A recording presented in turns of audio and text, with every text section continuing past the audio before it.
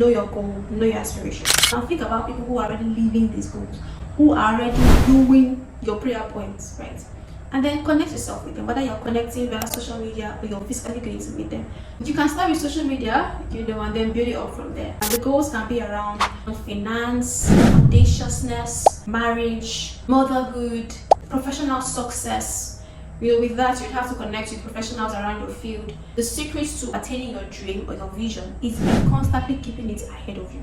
You have to constantly be looking at that dream. If it did not happen in year 2025, put it before you that you will work at it in the year 2026. Hello and welcome to my channel. I'm going to talk about how to make the 2026 your best year yet. So the first thing I'll be sharing is this year I'll only focus on things that truly matter. I feel like many times as people, we are pressured to do the things that we don't really have faith in, things that we don't really think are for us. But because other people are doing it, we won't follow them. No, this year, I'm particular about doing the things that I have faith for, things that I know deep down that I'm meant to do, the things that I have conviction about. No more time wasting. 2025 has come and has gone. I'm very thankful for the way 2025 went, but I feel like I could have done better. So in the year 2026, I will no longer be spending time doing things that will not add to my future. Does it make sense? My second thing that I would want to do in the year 2026 is to intentionally surround myself with people that are already living my testimony. This particular point, I learned it from Pastor Debola Kunomi. These past weeks I have been binge watching her videos, and then she talked about something. For you to live a certain life you'd want, you have to be surrounded by those who are already living that life that you are praying for. Does it make sense? So it's more like surrounding yourself with people that are already living your testimony. What I mean is, pick people who your prayer points is their norm, right? And then surround yourselves with them intentionally. They will definitely influence you. They will definitely rub off on you. They will definitely support you. They will definitely just influence your mindset, and in no time you get to where you are. I'm already kind of connected to them already, more on social media, but in 2026 I want to be deliberate about physically attach myself to them, meeting them physically, and genuinely fostering a good relationship with them. So how can you fetch people to surround yourself with? What you need to do is to know your goal, know your aspirations. Now, after getting this goal down, getting this aspiration, now think about people who are already living these goals, who are already doing your prayer points, right? And then connect yourself with them, whether you're connecting via social media or you're physically going to meet them. You can start with social media, and then build it up from there. Yeah, social media is available for everyone. The goals can be around finance, speaking, audaciousness, marriage, motherhood, professional success. With that, you have to connect with professionals around your field. Just those things. And you can even connect people on YouTube. I recently connected with someone who is in my field on YouTube. The third advice I would give for a better 2026 is carrying Jesus along with you. And this year, in the year 2026, I am carrying Jesus along with me. And what does this mean? It essentially means that I will be carrying the word of God with me. The Bible says that, and the word became flesh. So Jesus is the word of God, right? The word. Jesus is the word. So I am carrying the word with me everywhere I go. I am intentional and more deliberate about studying God's word. I should not feel okay if I spend a day without studying God's word. I'm deliberate about meditating on God's word about whatever situation I'm going through. If I'm trusting God for something, I'm deliberate about fetching what God says about that situation and then meditating on that word until it becomes my reality.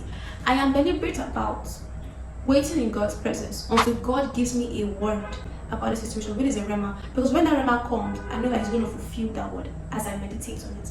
So I am carrying Jesus along. The fourth thing I would say is that I'll be pursuing my dreams. How many of us can relate? You have a dream, and it's not just any random dream, but you have a very strong conviction that this is something that God has placed in your heart to do. But because you received several no's in the past, you have tossed it under the carpet, and you feel like this is not going to happen, or it's not going to happen now. I feel like the secret to attaining your dream or your vision is by constantly keeping it ahead of you. You have to constantly be looking at that dream. So if it did not happen in the year 2025, put it before you that you would work at it in the year 2026. So in the year 2026, I'm going to pursue my dream. Something I learned from Oladimeji Ajebile. He's here on YouTube and he's a content creator. He's doing well for himself. And he said something. He said that just because you receive multiple no's does not mean that that gig is not for you. It doesn't mean that your fifth attempt will not land you that job role, will not land you that appointment, will not land you that contract, right? So you just keep at it. So this year, I'm keeping my vision ahead of me. I'm putting it ahead of me. I'm working towards attaining it, and I'm not pushing it under the carpet because I received a few roles, right? Especially if you have strong convictions about it already. And then the fifth and the final thing I'll share is in the year 2026, I'll be increasing my capacity. There's something that Pastor Balaji Dolu shared last Sunday, which was the last Sunday of the year 2025. He described a scenario of a girl with a shoe size of 37 trying to walk in shoes of size 45. And literally in church, she got the lady to work in those shoes and she was struggling. She almost slipped. Like, it was a struggle for her to run with those shoes. And that is what happens when you have little capacity, but you want to live a life that requires you to have more capacity.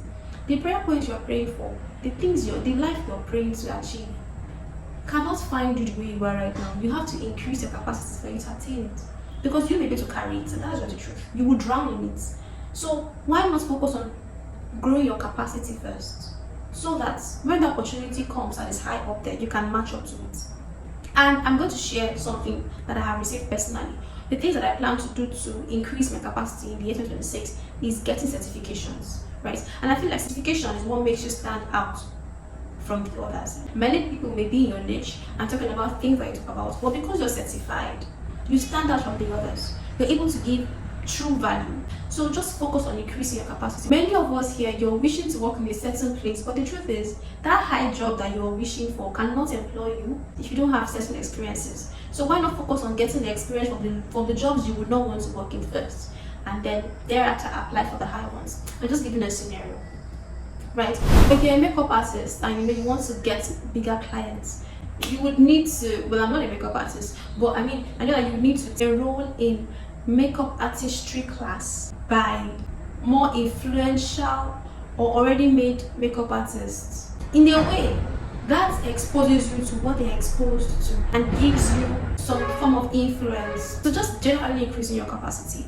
And this just reminds me of a lady. Her name is Crush It with Marivon here on YouTube. I think her real name is Marivon Sama. This lady, who is a serial entrepreneur and the wife of a pastor, booked a bridal appointment with Vicky James. Now she's already married. I think she's been married for 8 years now.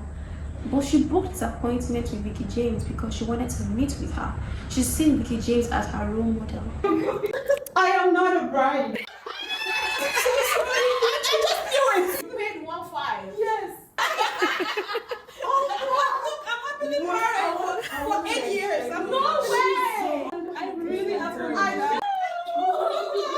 She knew and understood that meeting with Vicky James physically would be a time of learning and unlearning. She wanted to just meet with the lady who has commanded this great wealth, this great influence in the fashion industry. And it wasn't free. The bridal consultation cost her $1,500, and she paid that amount just to have a one-on-one chat with Vicky James. And that has blown her entire brand. Whatever it will take to increase your capacity, increase your mindset, broaden your mind, whether it's reading books or listening to key people that are in the path where you want to be in, please listen to them and increase your mindset so that you can maximize your life here on earth. Now, if this video blessed you, please give it a thumbs up. When you like this video, it helps the YouTube algorithm to send the video to people who need it. And when you share it, of course, it helps the YouTube algorithm to also know that the video is important. So please like the video and share, and also please comment so that I know your thoughts. Thank you for watching my video. Until I see you in my next video, have an amazing 2026. See ya. Bye.